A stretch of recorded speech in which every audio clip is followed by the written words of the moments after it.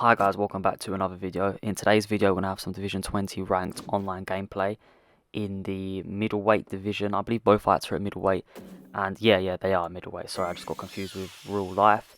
And that's a fighter showcase with Kevin Holland. So yeah, both fights are going to be at Division 20, coming up against Khamzat in the first fight, and then Robert Whittaker in the second. Two obviously very different opponents. Obviously Khamzat, a big grappler, so I thought it'd be interesting to showcase why you shouldn't take down Kevin Holland. And then the other fight, Robert Whittaker, which is without a doubt one of the best fighters in the game. Extremely overpowered, feels sort of like a Petoryan.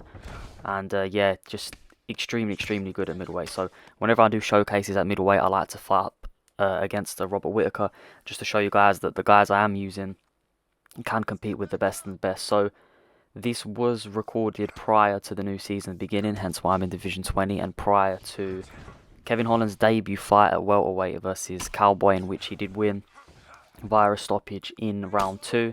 Round 1 was a bit shaky, you can see that he was adjusting, but definitely looks like it's the right weight class for him.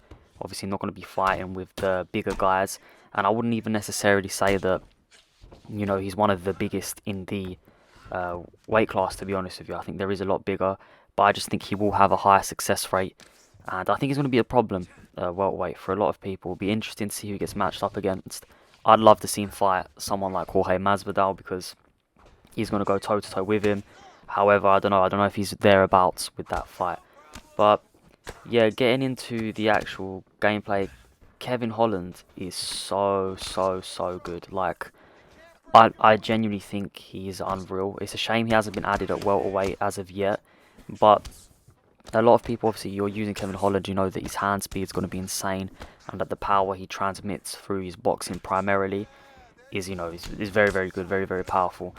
But what a lot of people don't realize is you don't want to take this man to the ground. He's in a sense, he's the perfect anti-grappler at middleweight, because if you take him down, he's got so many useful tips just because of his jiu-jitsu. I mean, he's got the transition from side control to get straight into full guard. I believe he has rubber guard as well.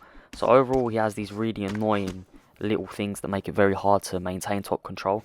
And for that reason, I think he's perfect. He's also got very good submissions, if need be. But predominantly, obviously, you're going to use him standing, and his punch speed is so quick. The power's quick. You can throw off a lot of decent combinations. Kicking Arsenal isn't the greatest. However, I didn't expect it to be either.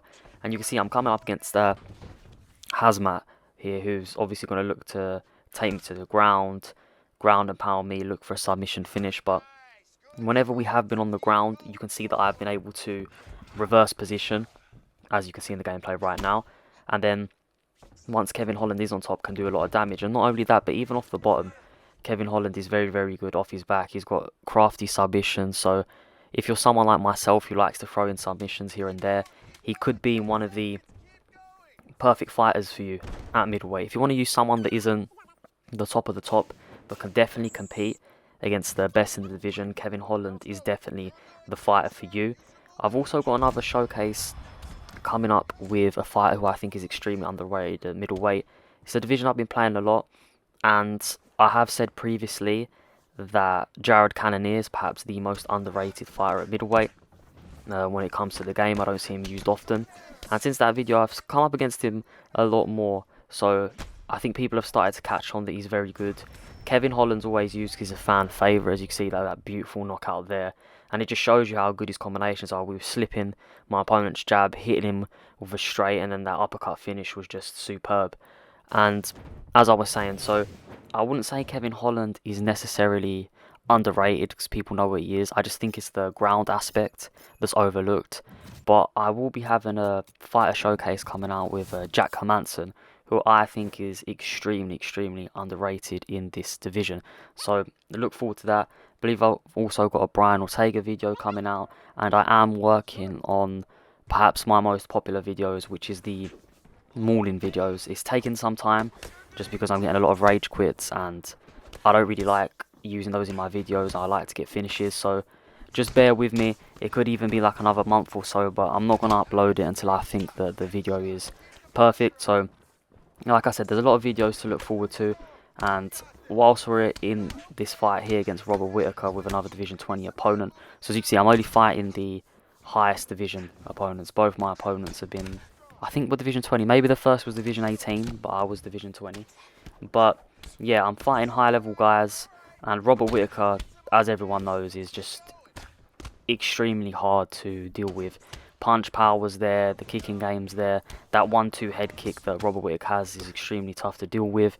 And if a Robert Whittaker player is losing on the feet, they can easily interchange the wrestling just because of how good Rob's wrestling is also. So I thought that this would be a good fight to showcase me going toe to toe with probably the second best striker in real life at middleweight, but on the game, I'd probably say is the best striker, is Robert Whittaker. And yeah, my opponent's doing all the right things. Here you see, we're both slugging, both throwing it out. And one thing I've started to introduce more of into my gameplays is working the body with the jab. And you'll see that if you catch my streams, like I streamed today earlier, I had a lot of comments on that I'm jabbing to the body a lot. And this is something that I've mimicked from Jose Aldo when he fights. Obviously, he opens up a lot of the time with the jab to the body.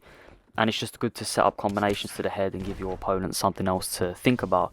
And in the early exchanges here, this round, you can see that evenly contested. My opponent's utilising knees a lot. Also gone for some elbows here and there, throwing 3-punch combinations. And right now I'm trying to weather the storm and pick out little habits that my opponent's doing and hope to capitalise when my opponent's stepping into range. I mean, Kevin Holland's power is just, it's drastic. If he hits you, you really, really do feel it.